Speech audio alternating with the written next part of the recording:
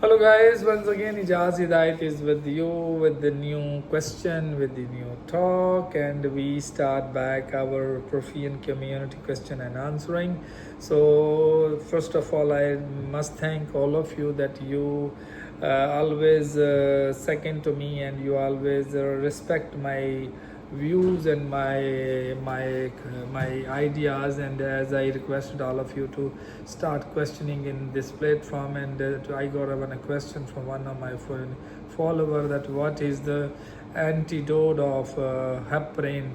The heparin is the drug is the which we are using for to anticoagulant as an anticoagulant, and we already discussed the heparin as anticoagulant in my previous videos. But today we are specifically talking about the reversal of the heparin.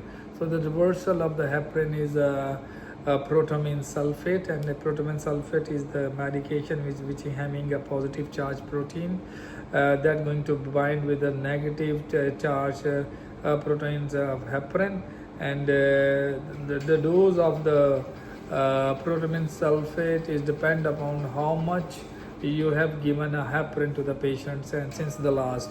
So actually 1 milligram of protamine sulfate going to be neutralize 100 units of 100 international units of heparin. So example, if your dose of heparin during the cardiopulmonary bypass is like a 30,000 international units of heparin, so the reversal dose of the protamine sulfate will be like a 300 milligram.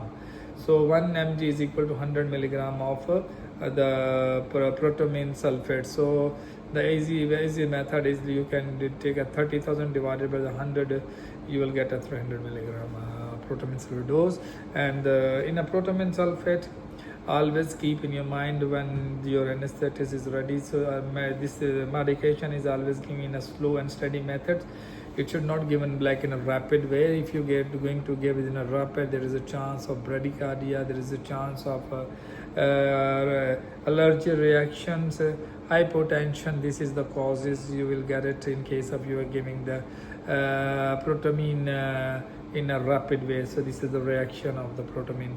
So protamine itself is the anticoagulant actually, and there is a chance of the bleeding even also. So protamine sulfates, once we finish the procedure and still your aortic canal is inside, but you already removed the venous cannula. The surgeon always remove the venous cannula and you drain the venous blood into the reservoir, and the time of you get information that they are going to start the protamine. So you start slowly giving the volume which is present in the circuit to fill the patient's heart, to keep the CVP like 6 to or 8 millimeter, 6 to 8 millimeter per mercury. Once the protamine sulfate reach to like 30%, and you communicate with the anesthetist. This is the reason we always have a good communication between surgeon, perfusionist, and anesthetist.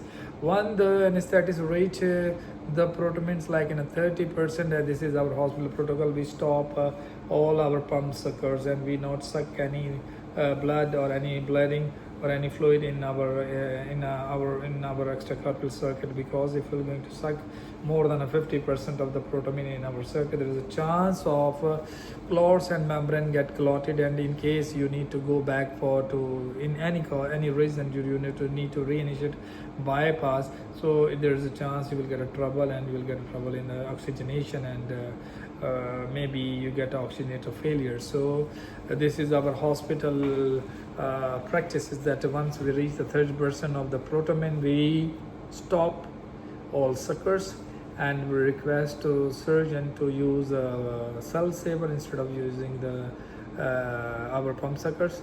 And we washed all the blood which is present in the circuit, we'll take it into the cell saver, and we process, and we give a washed back cell to anesthetist post-op, so to keep the viscosity and the hemoglobin in a good numbers. Dears, my friends,